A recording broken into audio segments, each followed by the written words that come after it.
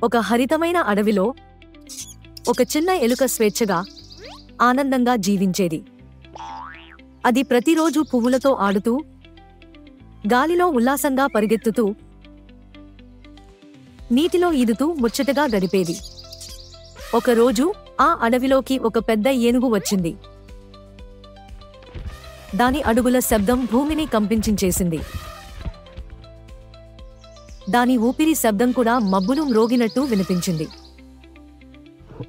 మిగతా జంతువులన్నీ భయంతో పరిగెత్తి దాక్కున్నాయి. కాని చిన్న ఎలుక మాత్రం నిశ్శబ్దంగా ఉండిపోయింది.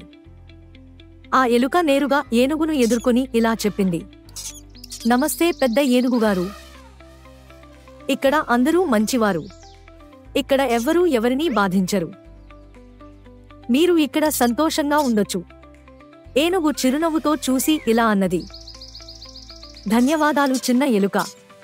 నువ్వు ధైర్యంగా మాట్లాడుతున్నావు. మన ఇద్దరం స్నేహితులుగా ఉండమంటావా? ఆ తరువాత చిన్న ఎలుక ఏనుగుకు అడవి మొత్తం చూపించింది.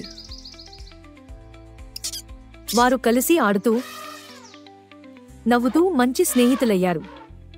ఒకరోజు ఎలుక అనుకోకుండా లోతైన గొయ్యిలో పడిపోయింది.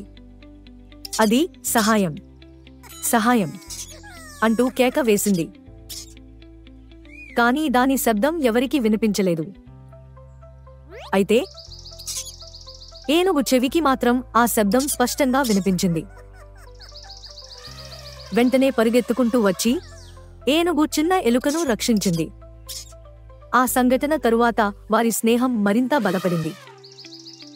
వారు ప్రతిరోజూ కలిసి ఆడుతూ, పాడుతూ, కథలు పంచుకుంటూ కాలం గడిపారు. మిగతా జంతువులన్నీ వారి స్నేహాన్ని చూసి ఆనందించారు. అడవిలో ఐక్యత, స్నేహ బంధం పెరిగింది. అన్ని జంతువులు ఒకదానితో ఒకటి స్నేహంగా జీవించాయి.